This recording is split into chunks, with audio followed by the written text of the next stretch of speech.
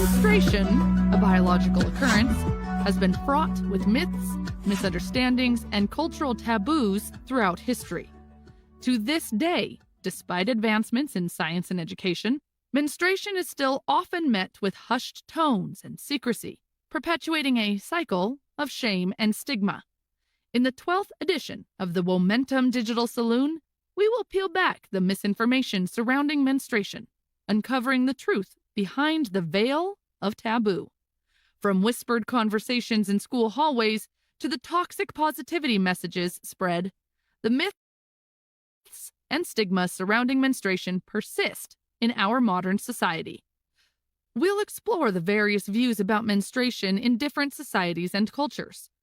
We will also dive into the economic aspect and depoliticization of menstruation while defining the facets of period poverty in different contexts. More importantly, we'll look at the intersectionality of menstruation, understanding how different parts of identity, such as color, class, sexuality, and disability, impact people's experiences and access to services.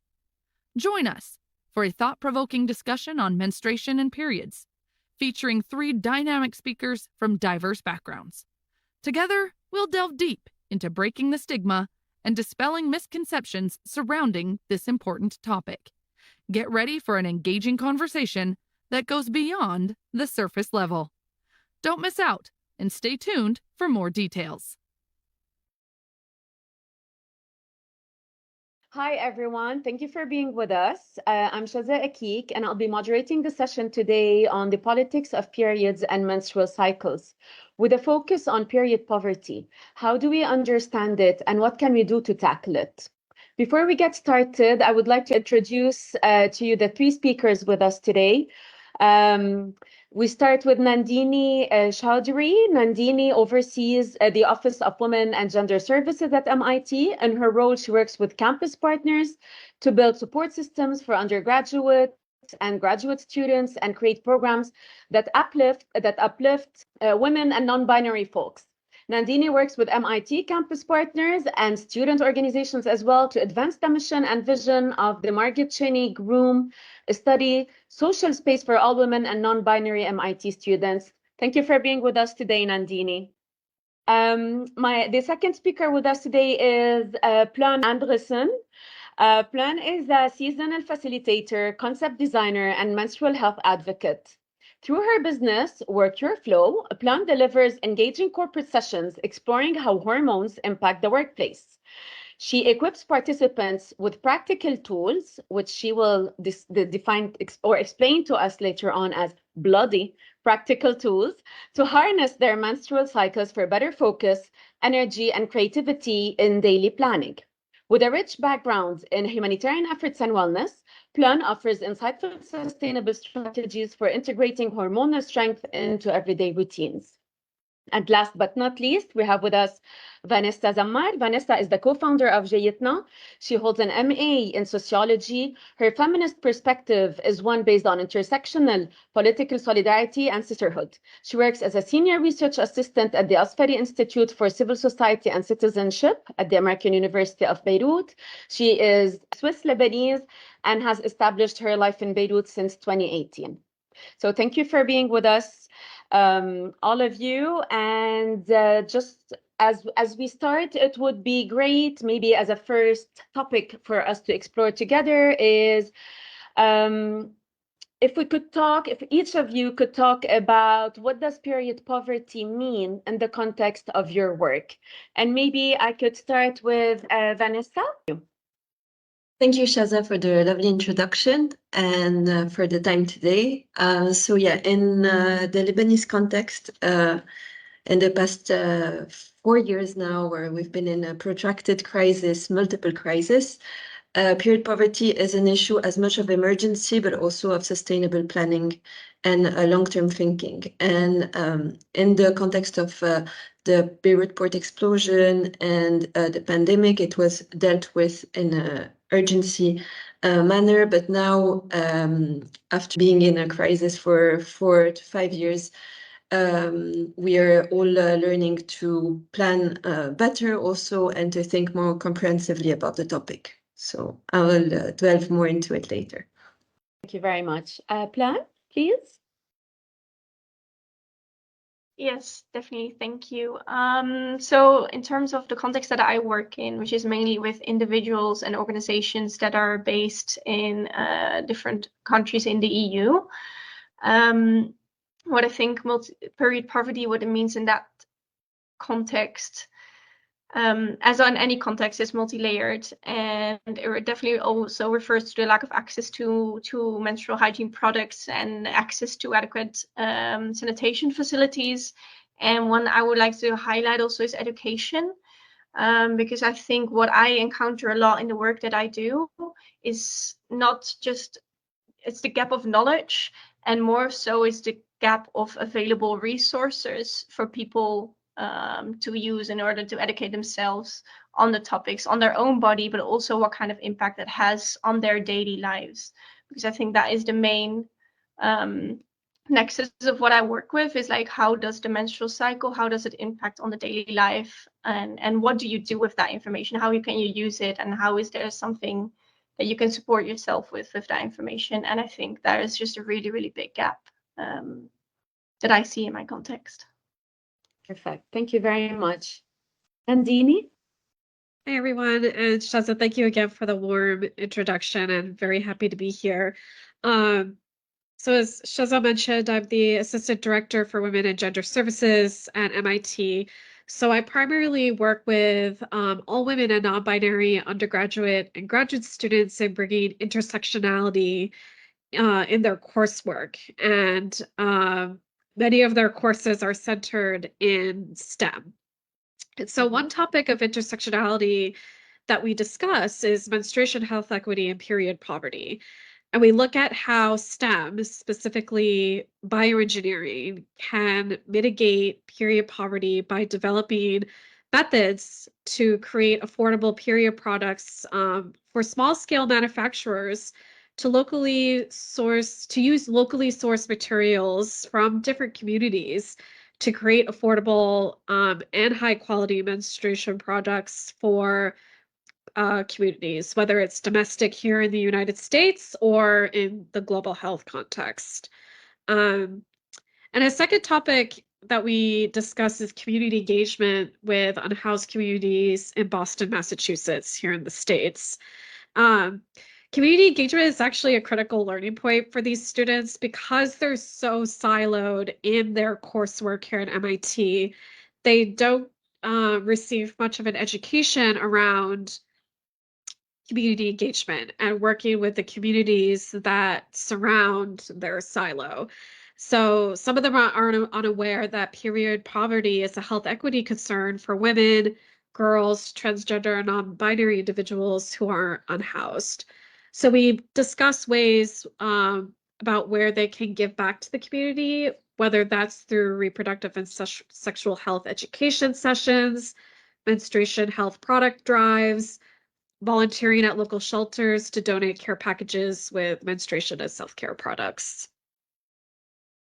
Great, thank you very much. So obviously we can see that, I mean, we come from very different contexts, yet period poverty happens to be affecting, many, I would say, individuals or people in our community, whether obviously some of us, I'm also based in Lebanon, so like Vanessa, we live in a humanitarian setting, I would say, in a country that is currently undergoing a severe economic crisis, but we can also see that in high income countries, as yourselves, Nandidni and Pleun. And so this is really not restricted to low and middle income countries as we might think that is the case.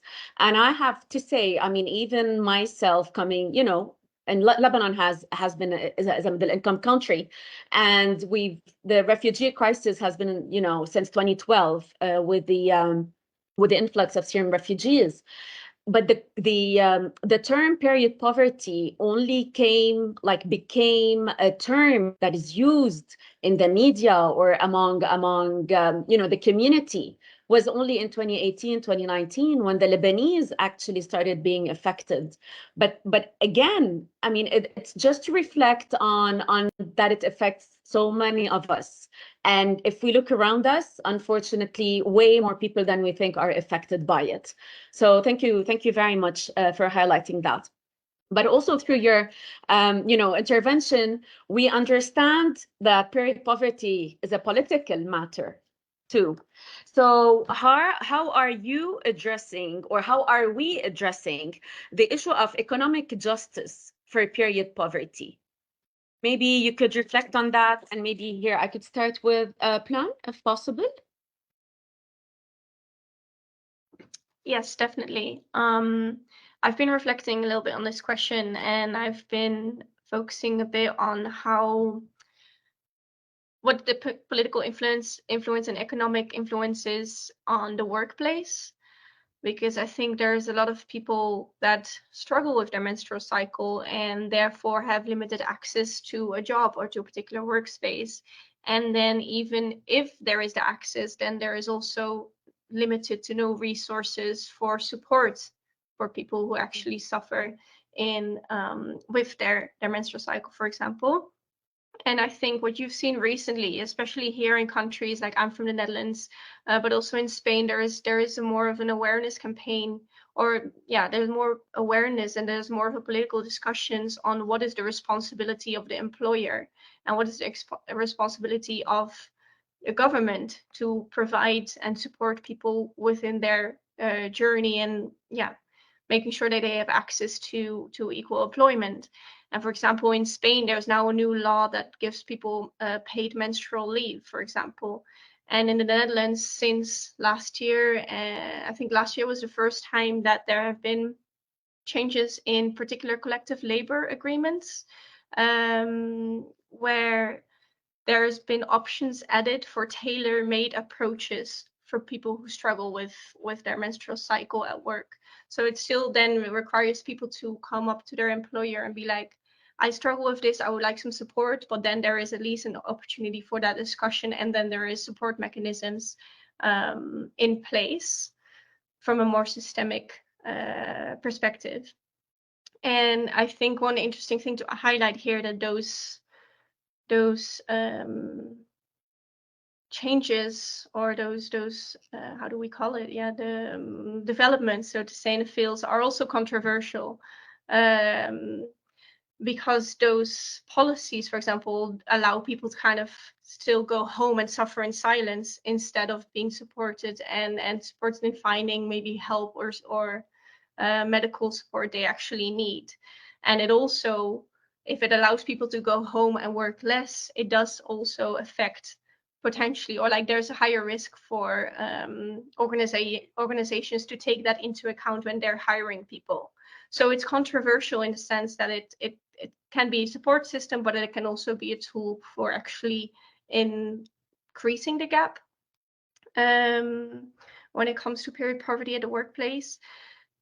But what I do think is good about it, that it opens up the conversation, and that conversation becomes national, it becomes systemic, and I think that has a big influence on the potential political improvement in terms of period poverty and the responsibility of the state or more high-level actors.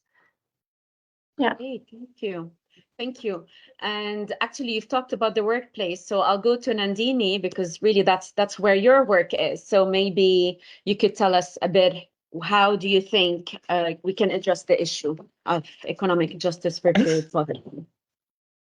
Yeah, I mean, again, this is an important topic, especially when we talk about sort of the intersectionality pieces around health equity and economic justice.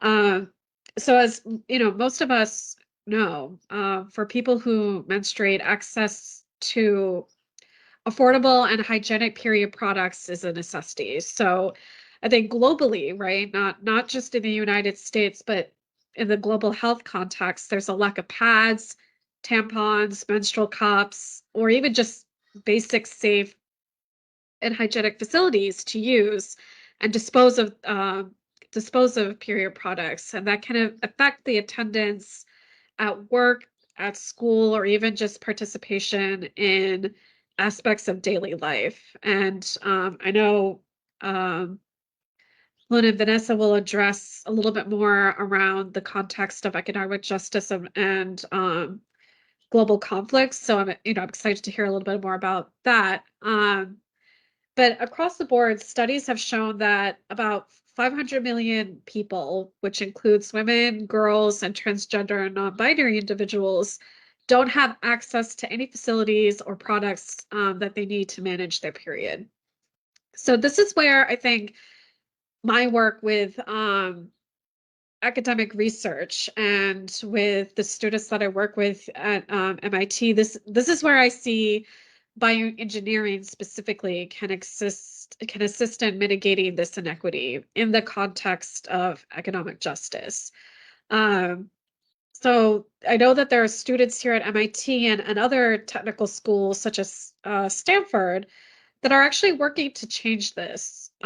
So there are research groups that are looking into turning fibers from sessile plants, like absorbent plants, to make fluffy and absorbent material for menstruation pads, for example. And their work has shown that this could potentially help small-scale manufacturers use locally sourced materials to create affordable and this is important, high-quality menstrual products for communities. And I think most of us know that like pads and specifically menstruation pads, the critical component there is needing an absorbent core. So there's some incredible research where if you find plant-based material that has a high absorbency rate, researchers have started to figure out systematic approaches to looking at these nature-based products essentially and creating innovative methods to use those fibrous materials to create those products.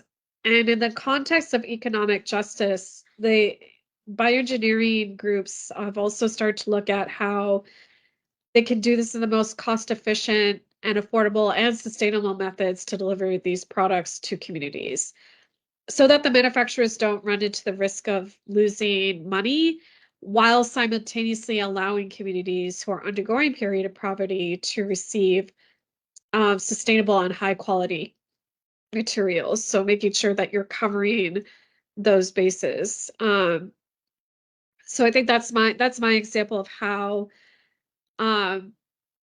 corporations, specifically around bioengineering corporations or even biopharma corporations, can be a significant asset to mitigating period poverty and addressing the economic issues around manufacturing high quality products while being conscious of the products being sustainable and working with communities to create those sustainable products.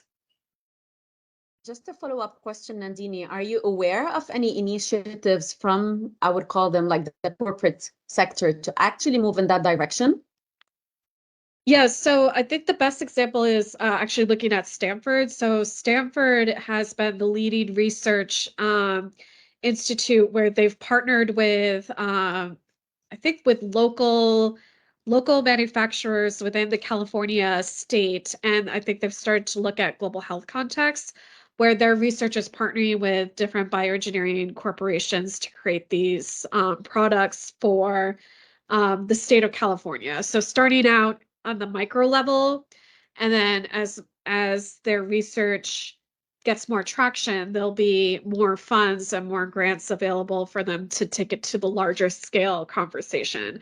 But Stanford University has been the leading institution that's been partnering with local bioengineering firms and biopharma firms to start having these conversations and creating these research groups to deliver on mitigating period poverty, specifically in the States. But I think they're also starting to look at global context too. Thank you. Vanessa, so again, the same question. How are we addressing the issue of economic justice for period poverty? Yes, thank you. So I just wanted to bring a little anecdote that happened in Lebanon and also sparked a huge conversation of the politicization of and the depoliticization of period poverty, actually. It was in 2020 in the midst of the the economic crisis, we were facing hyperinflation, and so basic services and essentials became very difficult to afford for most people. And so the Lebanese government issued a list of basic essentials. This list included razors for shaving and didn't include period products. The excuse was to say that the cotton was made in Lebanon, so it was not imported, or I don't know how they justified it, but it sparked a huge conversation on how is this seen as not essential, and therefore facing inflation. It was not protected against the rise of prices, vs. Razors, where we know that shaving doesn't really bar anyone from going on with their lives, going to work and going to school. So that was a starking example of how the taboo that surrounds this topic leaves it out of political conversation and of government decisions on a wider scale. So in that context, a lot of initiative grew out of it. And as we do in Lebanon, a lot of NGO starts, a lot of individual initiatives. So we had people working on banana fiber pads to manufacture this. I don't know where it is at the moment, but a lot of things started growing. And it showed how the taboo that is around that topic also justified its individuation when we talk about the response to it, and keeping it private, while we should look at it as a political and public collective issue that requires the means that such issue need. So to get out of the individual level and go to the political and public one. And so that's why we need, when we talk about period poverty in a context like Lebanon, where we have multiple spheres collapsing at the same time, we need to address not only the lack of access to period products per se, but of quality period products, which Nandidni referred to earlier, to different options, because one option might work for one, but wouldn't work for someone else. And so we need to get out of this thing of the default option that is a disposable pads, and offer to everyone the choice to choose what they're comfortable with throughout their cycle. It can be different products for different days, but we really need to get out of this like one size fits all that has been dominating the talk on period products. There's also the question of access to bathroom, to clean and private bathroom, which is also a political decision to have public bathroom, which we don't have in Lebanon, because we lack also public space, but a bathroom in schools that are clean and accessible. So all of this need to be thought through. And also what Pleun mentioned, the lack of research and education on the topic. So not only to have courses on it, but that the research gets funded, that is also local knowledge is funded, because local knowledge produced in the US might not be, or might be relevant for some aspects in the Middle East, but we might need to add some things to make it more relevant for the folks here. And lastly, the lack of access to space or someone to talk about it without judgment and freely. And I think if we tackle all of these aspects, we really bring the question of social and economic justice, because it requires us to move to move big means and to take everyone into account and all of these aspects that require a big decision and political will, obviously. Thank you very, very much. Really, like this was very insightful as we see that in the various contexts, again, there are so many puzzles, pieces of puzzle that need to come together for us to raise this issue and for it to be addressed at a higher level, not only at the individual level, but also within our community, at the policy level, and for us to raise it on the agenda, I would say, and to make sure that, again, the aim is to reduce period poverty.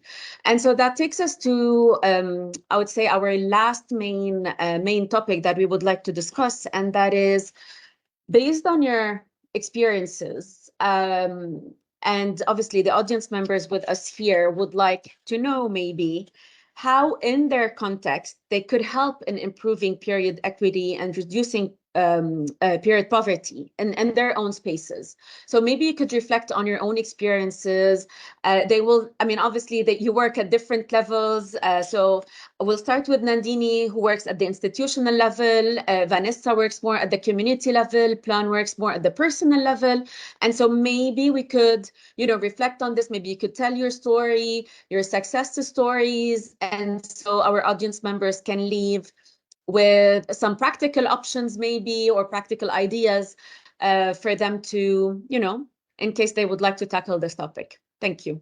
So we'll start with Nandidni. Yeah, I love this conversation and topic because this has really been the first instance where I've brought the conversation around intersectionality and period poverty into a STEM-based research institution. My background is in public health social work, so a lot of the work that I bring to the table focuses on community-based participatory research projects and community engagement. So it's been a unique experience bringing this topic to a very high-profiled tech institution where students have just started to think about innovative ways where they can branch out of their silo of STEM and start thinking about health equity and thinking about a topic like period poverty, which tends to be an invisible topic.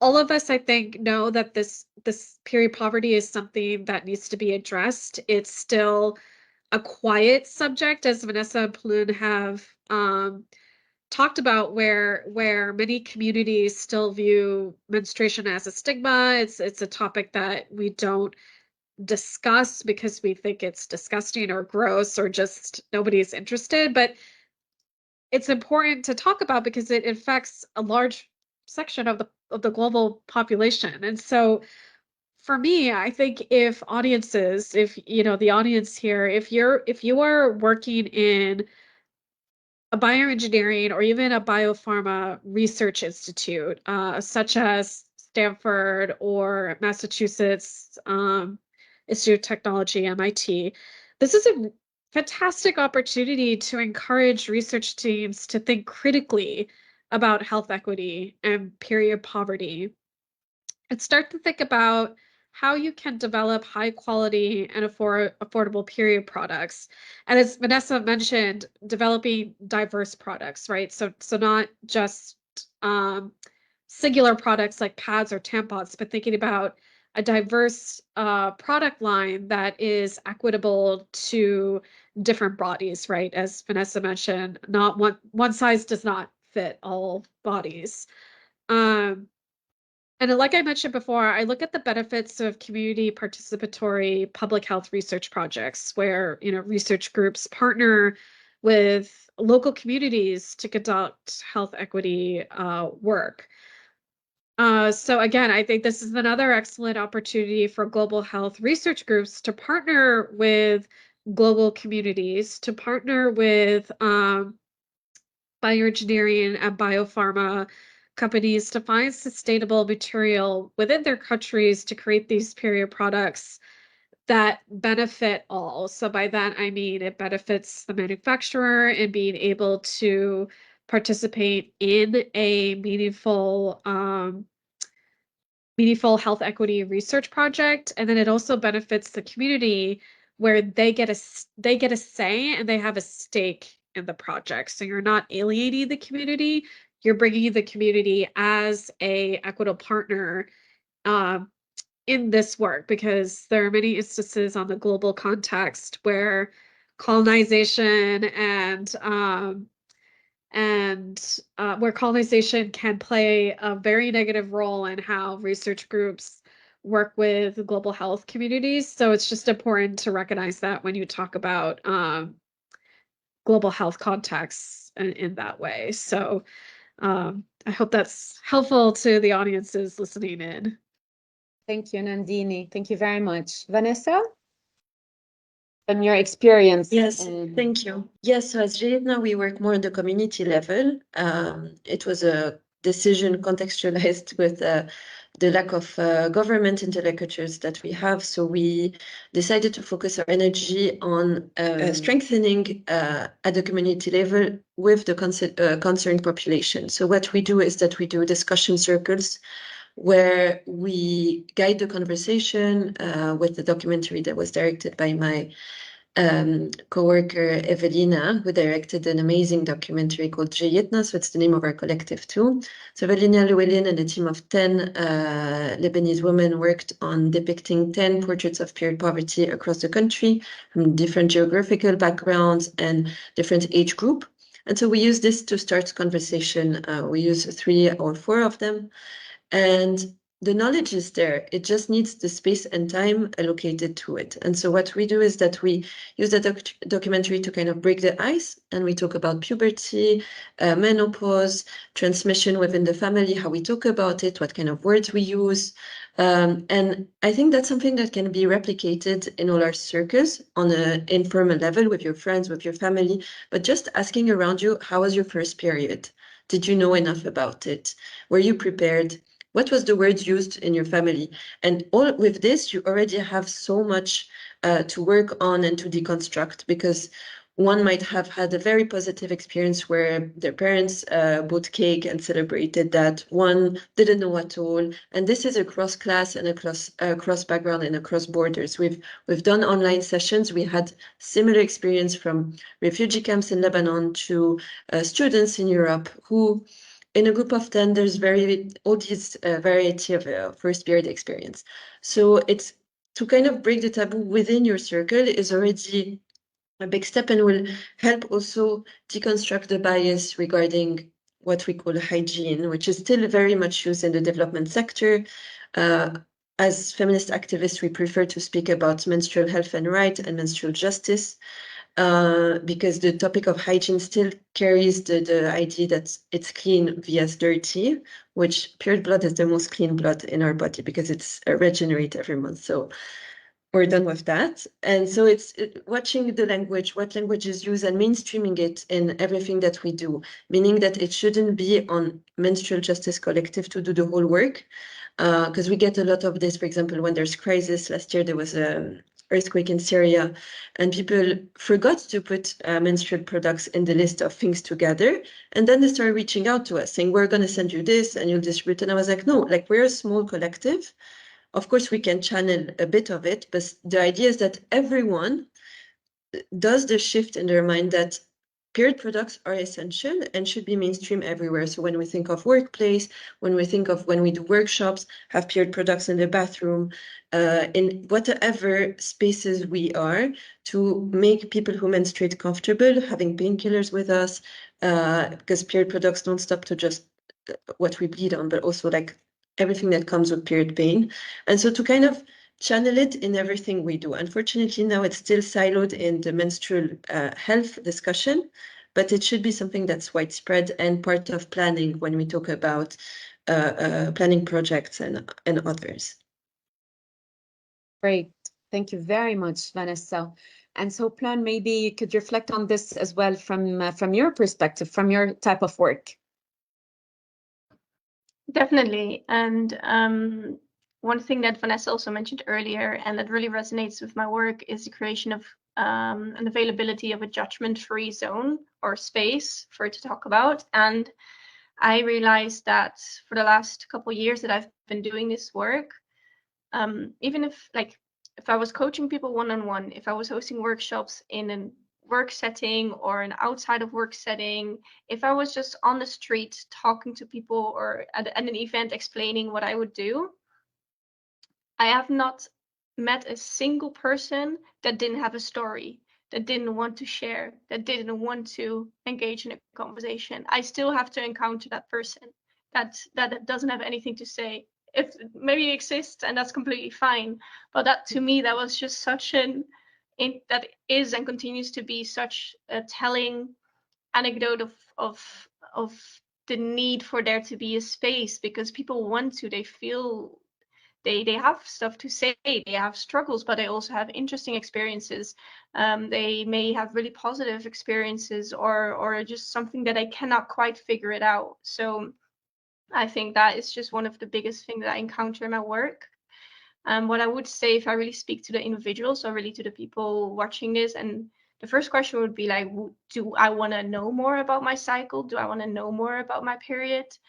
If that's a no, if you're comfortable, that's completely fine. Because when it comes to any of personal work, it needs to resonate with you and needs to be something that is within you that you might want to work with or on in order to continue. So if the answer to that question is yes, I would like to do that, then maybe you're feeling or thinking or have ever thought something like, is there something bothering me in my cycle or during my period that I thought was supposed to be part of your cycle? But when you really think about it, you just know there is something there. There is something wrong. There is something that is just not adding up, or that is just really frustrating you or limiting in you in your daily life. And that's such valuable information. Because one, it's very most likely true, even though you've probably been told it's not. And secondly, also what's really important is what you're experiencing is not weird, and you're definitely not alone. So those are kind of the starting point that I always hope to bring across when talking to people about their cycle. If this is something that's still resonating with you and you would like to continue even more, go online, go see what is out there, go talk to maybe that one friend that you know is maybe quite open to talk about these things, or go to Instagram, go to TikTok, maybe there's local organizations, or maybe your school, university, or maybe even web shops offering menstrual health products. There's often resources where you can see and learn from. And this is also whatever works for you. Do you like to listen to podcasts? Do you like to read? Do you like to just talk? Because there's so many different ways you can go about this. If you're something you just want to do for yourself, there's of course always the menstrual cycle tracking app, because before making changes, you need to know what's going on. And that, when it comes to our cycles, it means kind of acknowledging and recognizing what is happening in our bodies, our minds, and our emotions. So I always start with tracking. This can be through an app like Clue or Flow. But even if you're not comfortable or you don't have access to those apps, it can also just be on a piece of paper, right? If every day you have emotions, your body, and your energy, and you rank them from 1 to 5, then at the end of a cycle, 2 cycles, or 3 cycles, you can start to see patterns. With those patterns, you can start to learn, you can start to give it names. Maybe you can go see a doctor, maybe you can go talk to it to your parents or anyone you're more comfortable with. And that knowledge and that information that you will gather about your own body, and then giving it language, will then help you to find the tools that you need. So that's just something that on a more individual level, if people are interested to learn more about their own cycle. Perfect. Thank you very much. I think here we can see the broad opportunities that one could explore if they were to really dive into the topic of menstrual cycles, and if there's again an additional interest in looking into period poverty. So really, I would actually any comments, any additional ideas you would like us to explore, any last final thoughts before thank you for your contributions, but then maybe I'll just wait to see if anyone would like to add anything. Okay. Well, feel free to interrupt me if there's something you would like to say. I would really, really thank you for your contributions today. Really, this conversation is a must. I think especially, I wouldn't say especially, actually it's relevant in every single context as we've just explored today. And really, it's about, as Pleun said, recognize it on an individual level first.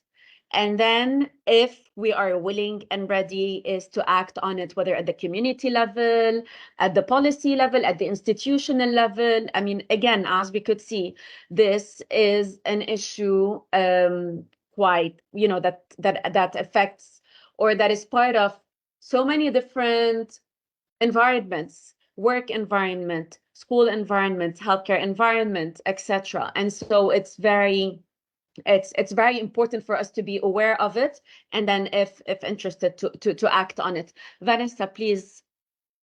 Yeah, I just wanted to just mention that 'cause I forgot to talk about it earlier. But when we talk about period products, we often get this idea that some products are better for certain community, and there's a preconception about some people being ready for some products and more than others. And I think it's important that we stress that the only product that is good for the person is the one they're comfortable with, regardless of their economic background or religion or sect. Because it's not about, thoughts. If you spend enough time explaining every single product, everybody's willing to try different things based on their needs and their willingness. We're not here to push any options more than the other. Like, it's really about the person and their usage. And I think that's something that's often forgotten. And when we talk about marginalized community, we think of pads mostly. But a lot of them are, and they're not different than others. Like, there are some people who are curious to try different options. They're unhappy with the ones that are often suggested in these big plannings. So to get rid of these kind of preconception, and yeah, I think that's what I wanted to end on, is nobody's not ready for change. It's just about the time and the way it's explained and presented to them. Great. Thank you, Vanessa. Thank you very much. I like that. So great. Well, thank you all, and I hope the audience has enjoyed this session. And again, I think our emails, our contact details are available. So if anyone is interested in whatever information we've offered, or like the different services that were presented here, so please feel free to get in touch. And yeah, thank you very much. Have a good day. Thank you so much for having us.